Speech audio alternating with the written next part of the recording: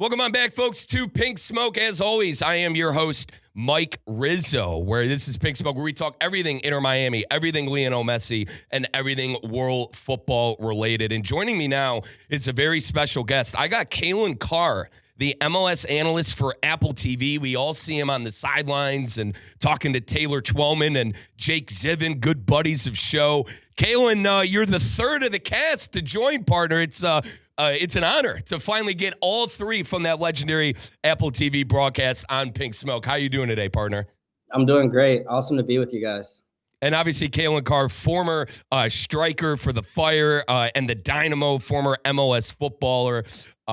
Truly a pleasure to have him on. Now, Calen, when it comes to Inter Miami and the first 2 weeks, I think it's a story of a first half where Coach Mascherano has that 4-2-3-1 formation, gets absolutely blitzed, and then in the second half, tactically making some changes and going from there. Now, the first game, they weren't able to score, but that second game, the moment that Coach Mascherano subbed on Silvetti and they went to the 4-4-2, things started to open up. And Lionel Messi went up top, started playing a false nine striker with Berterame, and the game started, to really open up for him. 2 goals and an assist later. What have you liked from Inter Miami this year, specifically with Lionel Messi and maybe some of the new transfers that Coach Mascherano has brought in? Yeah, no, I think, look, the team this year is younger. I think it has the potential to be more dynamic. I love their offseason, the ambition that they showed to go out and get a Berterame, to go get the reigning goalkeeper of the year in Dane St. Clair, and to really add to these pieces around Messi, right? And to add some mobility more than anything. I think Silvetti brings that. We've seen Allende bring that. We've seen Segovia bring that.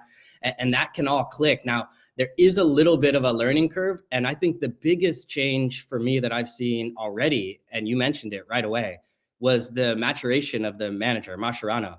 And I think a lot of times when you have the wealth of options around a team like this, it's pretty easy to be like, well, you could run out anybody and be able to manage. It's mostly a man management, I think, is the sort of, I guess the easy take there.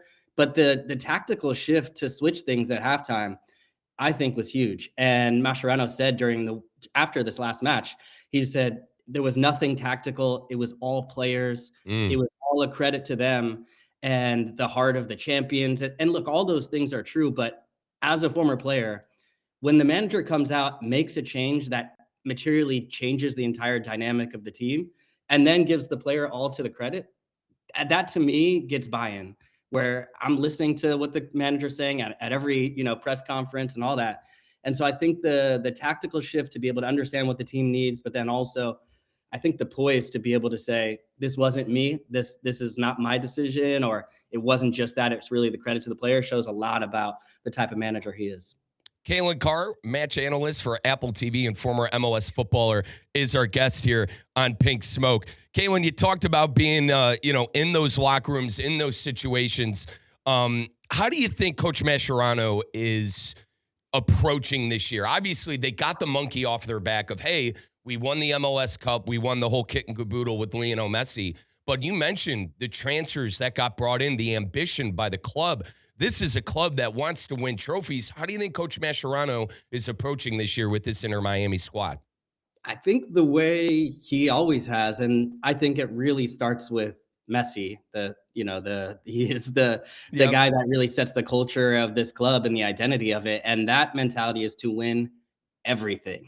I think the biggest one that's still out there looming is the CONCACAF Champions Cup, because that is a continental title and something that has, huge ripple effects. And I remember right after I was at MLS Cup in Fort Lauderdale, I think 77 days before the kickoff of the season, I've lost track now. But I remember Jorge Mas afterwards on the broadcast saying, next year we want to go win the CONCACAF Champions Cup. and that's like a little peek into the mind from the ownership all the way down to the locker room of where their focus is. But look, they've got the World Cup coming up with Messi wanting to defend that title with Argentina.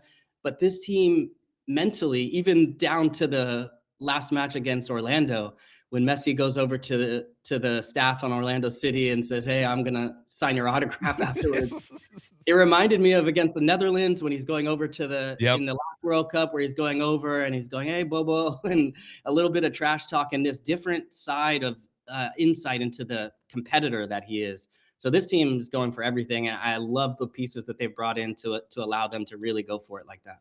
Now, you mentioned Lionel Messi. You mentioned the great one. By the way, Calen Carr, MLS analyst for Apple TV and former MLSer, is our guest on Pink Smoke. I just asked you, how is Mascherano approaching this year? How do you think Lionel Messi is approaching this year with what you mentioned, the CONCACAF Champions Cup coming up? It's a World Cup year. He's going to be playing a lot of football, and Calen, to be honest, was not happy with what happened in Puerto Rico. It is someone who is become an Inter Miami fan and entrenched in the team and calls the games. I was not happy with what transpired in that 88th minute against Puerto Rico with him being taken the ground like that. How do you think Messi is approaching a year where he's probably going to be playing more football that he has in maybe his entire career, and he's getting up there in age? Yeah, it's funny because every time that I think exactly what you're saying, he's getting up there in age. They've got this game under control. They're playing in Puerto Rico. Let's sub him off. Let's give him a break. Let's give him a breather with all that he has coming up. There's no curtain call. There's no being clapped off the pitch in the 89th minute after scoring a hat trick. He's staying on to the final whistle. And I thought it was really interesting, even at MLS Cup. I was there, I mentioned, and it was the same thing. It went through the team where Jordi Alba and Sergio Busquets finished on the field. And I just think that to me says so much to me about the way these guys approach the game of, I want to play. Now, does he manage himself on the field? Yes, he knows how to do that. He knows how to conserve his energy. He does it with the national team. He does it with Inter Miami, and they have built a structure around to afford him that luxury. And frankly, you'd be crazy not to with the production that he brings. But yeah, I don't think he's taking his foot off the gas pedal at all. I think mentally he's more motivated than ever heading into this World Cup. I would have thought maybe after the last World Cup that he may never touch a soccer ball again. Because how could you ever write a better story than that? But he's continued every second to continue to win trophies, to add to the legacy, to have this new chapter at Inter Miami. Now the new stadium is opening. Now he wants to defend his title with Argentina. So far be it for me to judge anything, but it's a pleasure just to be a witness of it. And a couple of his, confidants in Sergio Busquets and Jordi Alba hanging up the boots last season. Calen, how do you kind of see this season going without them? I personally, we're 2 games in, a big comeback win and a big performance by Lionel Messi in that second half. But to me, against LAFC, in a team who's got Denny Bouanga, I'm almost ready to say maybe one of the best players in the MLS. It seemed like they missed them in that game. And it seemed like that was a team trying to adjust to all these new transfers that we talked about being brought in. Do you think a guy like Sergio Reguilon, when he comes back from injury, will be able to fill that Jordi Alba role? And do you think the mixture of Davi Ashala and Yannick Bright can help that number 5 role in Sergio Busquets that's really missing? Look, I think it's hard to even pretend to replace players of those qualities when you think of what they've done. And more than anything, more than just their qualities, to me, it's the connection.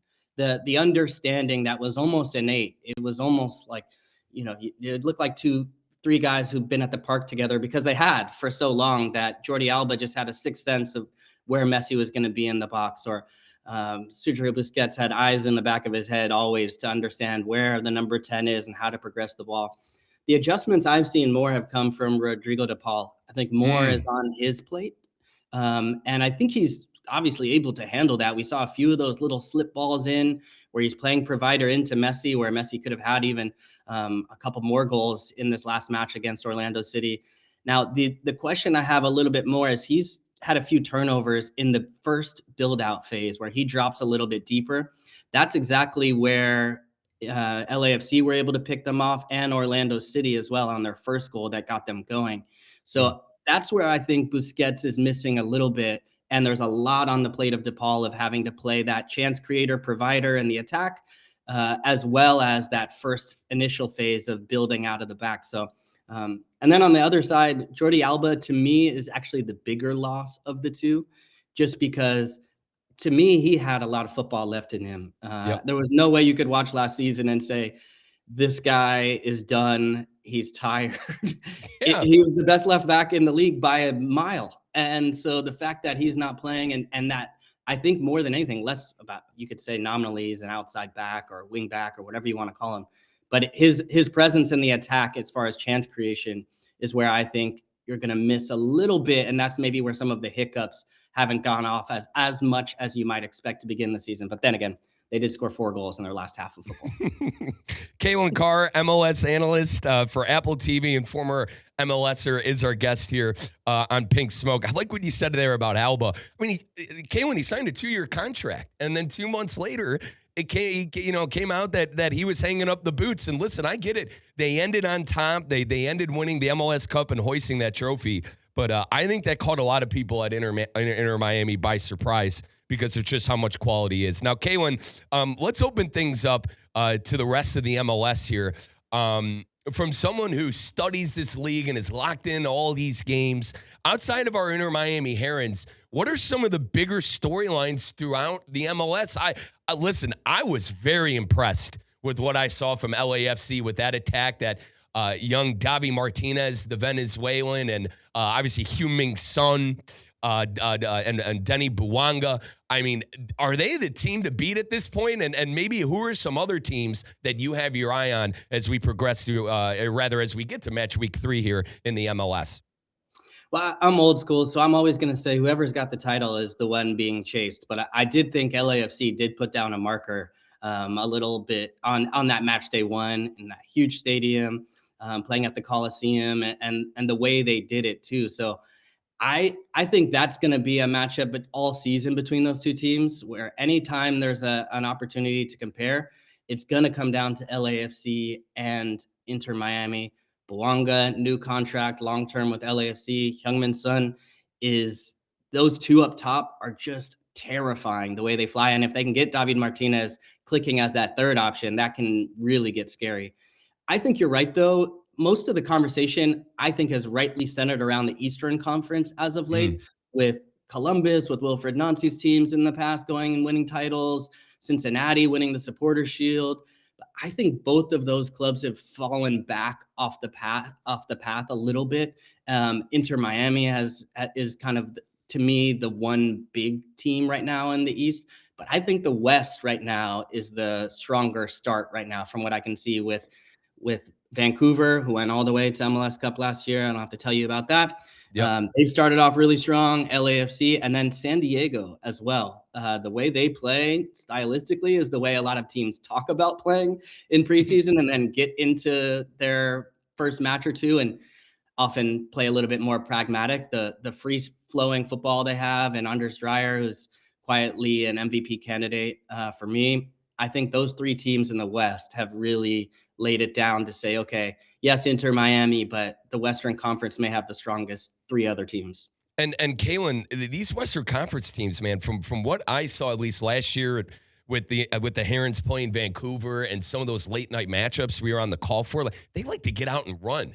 Like, I feel like before the FIFA Club World Cup, when Inter Miami kind of went on that slide, they were playing a lot of these Western Conference teams that were getting out and running and shutting down up the middle what Inter Miami was trying to do. And that forced the Herons to, number one, get younger, bring in a Baltasar Rodriguez, bring in Matteo Silvetti and some of the younger footballers to kind of keep up with the width that these Western Conference teams were playing. Do you think that style of play is kind of going to be the norm in that conference from here on out? Yeah, I think so. And I think specifically in matching up with Inter Miami, I think it's the only chance you have. I think if you sit back and you defend, you are waiting to die, because at some moment, Lionel Messi is going to find an opportunity and he's going to put it in the back of the net. So I was going back through the research recently. I don't think Inter Miami lost a single game last season during the regular season by a 1-goal margin. So the idea that you're going to play a tight game with Inter Miami and win by 1 goal, it's not going to happen. So because the difference makers and the small margins are always going to shade towards them. When I remember the bigger matches where they've lost by, when I think of Leagues Cup final against Seattle, I think of CONCACAF Champions Cup, some of the bigger results have been by 2-3 goal wins where you Yep. continue to put your foot down on the gas pedal. You don't rest on your laurels and say, oh yeah, I actually think Orlando City last week was a great example of that. And credit to Miami for shifting the game. But at 2-0 at halftime, that's almost, that is not a safe lead because 4 No. goals can come out in the second half.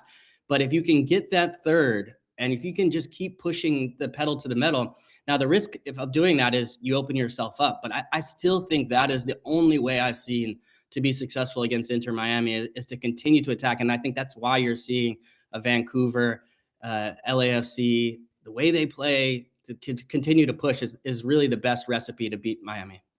Calen Carr, match analyst for Apple TV and former MLSer, is our guest here on Pink Smoke. Now, Calen, obviously we got the World Cup coming here in the States. You are such a great ambassador for our great game on this side of the continent.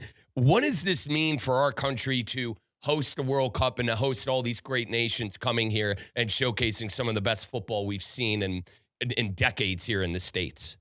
Well, it's going to be incredible. I live here in New York City, in Brooklyn, and I've already mapped out exactly which bar I'm going to. The Brazilian spot in Williamsburg on this match day. I'm going to the French bistro in Soho. I've got it all mapped out, but I'm trying to go around and travel to some different cities as well to see some games. But I just think the thing is, and Miami is a perfect example of this too, is the world is already here in Right. the United States. When you think of at being at an Inter Miami match, it felt like being in South America with the songs, the chants, the supporter section.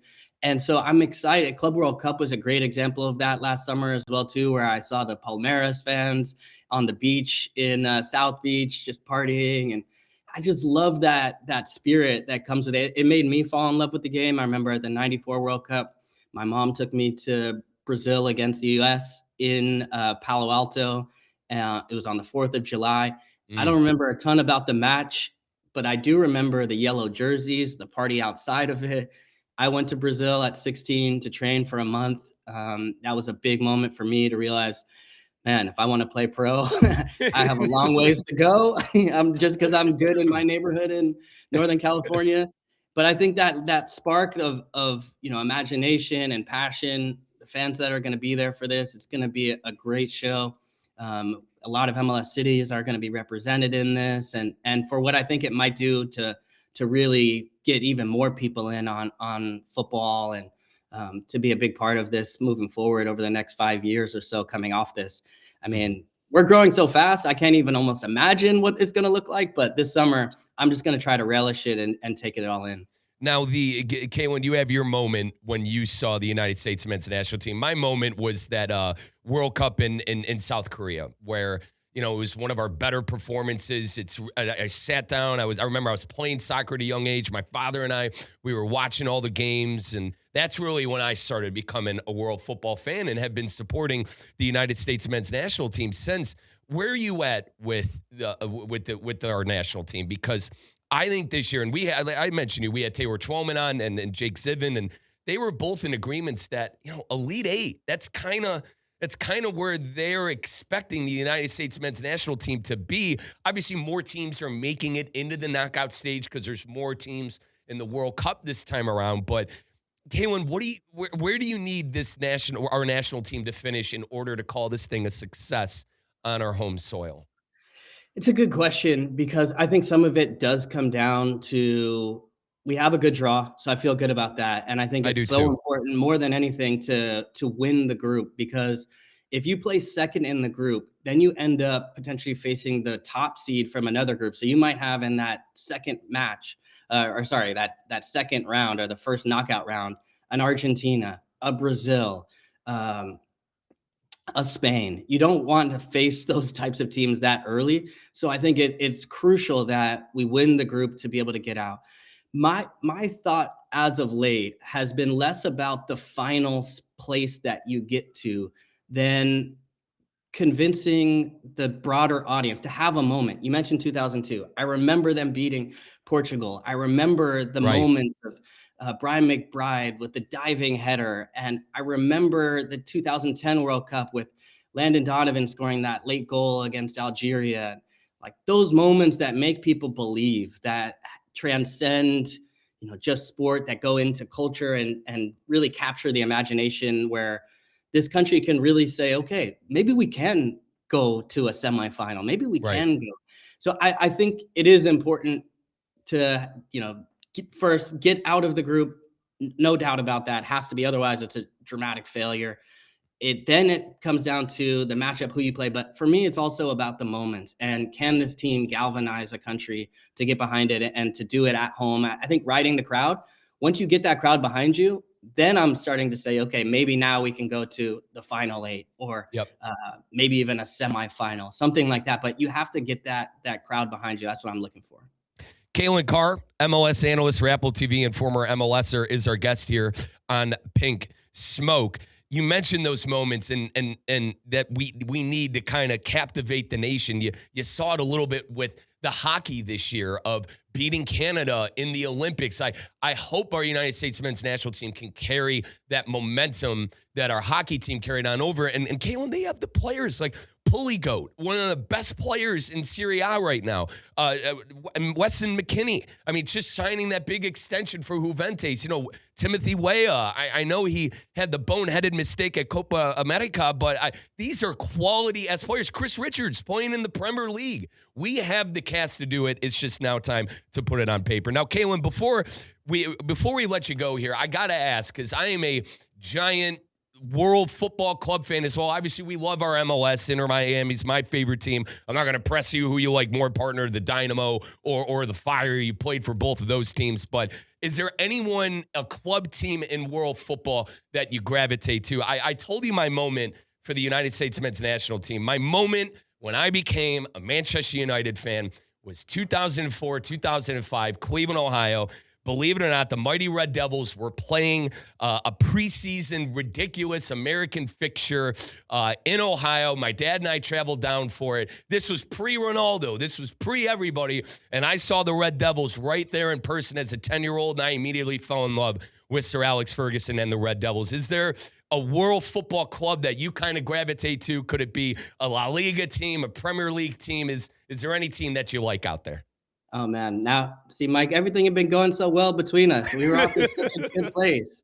Now I'm going to have to break your heart, man. Arsenal. I'm thinking now, Patrick Vieira against Roy Keane, battling. This offseason actually has been pretty fun because I've been waking up early in the mornings, watching Arsenal battle week to week. I'm feeling good about the way we're at in the table. We can hang on here. Arteta can get it done. But no, that club to me has been there from the beginning. And then also I got an opportunity to go and train there for 2 weeks when I was 20, when I was 20 years old.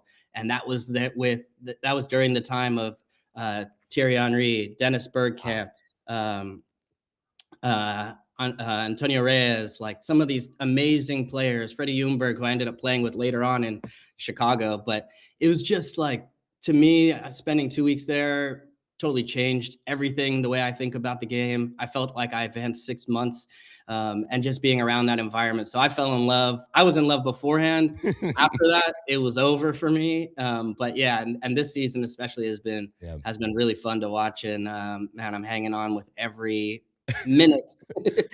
Looking at every time the ball goes out, I'm like, oh man, we have to hang on and get over the line for this title. Calen, that Wolves game was shocking, and that was coming off of the magical United game that we finally had. I couldn't tell you the last time we won at the Emirates, so I was doing an Irish jig when those wonder goals were going in by Mateus Cunha and Patrick Dorgu. But I guess I'll wrap up with this, partner. The bottle isn't on. Listen, I talked to Taylor Twellman. All right, he doesn't think the bottle's on. He said it wouldn't surprise him. But listen, my brother, my best friend in the world, is a huge Arsenal fan as well. And it seems like you lot are watching these games just, waiting for the bottle to happen. Just because it's done, it's happened over the last couple of years. It's the bottle on, I guess. Is the bottle on with Arsenal this year? No, it's not happening. And not only that, once this is behind, I think that we've seen this in a lot of sports, right? Once you kind of break through and you get that first title, I'm interested to see if you can continue to build. I'm not going to get too far ahead of myself. And also we have Bradley Wright Phillips, who is a Arsenal family with his father's history there. And so on our Apple TV coverage on MLS 360, you should be watching that every week. But Yep. whenever I get nervous, I just look over to Brad because he's more nervous than I am. He's hanging on tight. But no, we're enjoying it, and I'm feeling good about the season. Calen, I'm hoping the poor bloke for the Manchester United fan, I hope he can cut his hair soon. Have you seen this guy with the hair and No. the United? So there's a story right now. He's a United fan. This kid hasn't cut his hair in over a year. He said the next time he cut his hair is when United wins 5 games in a row. And the 5th game was about to be won against West Ham in a row under Michael Carrick, and they drew, and now he has to restart. So, partner, that's your homework. I'm giving you your homework. Look up the poor bloke that has the hair for the Manchester United fan. Calen, thanks so much for joining Pink Smoke. Great friend of show. Like I said, now I got all my MLSers on here. Jake Ziv and Taylor Twellman, and I did the trifecta with Calen Carr. We appreciate you coming on, partner, and we'll catch up with you later, all right? Love it. Thanks for having me on, Mike. Appreciate it. We're coming right back here on Pink Smoke.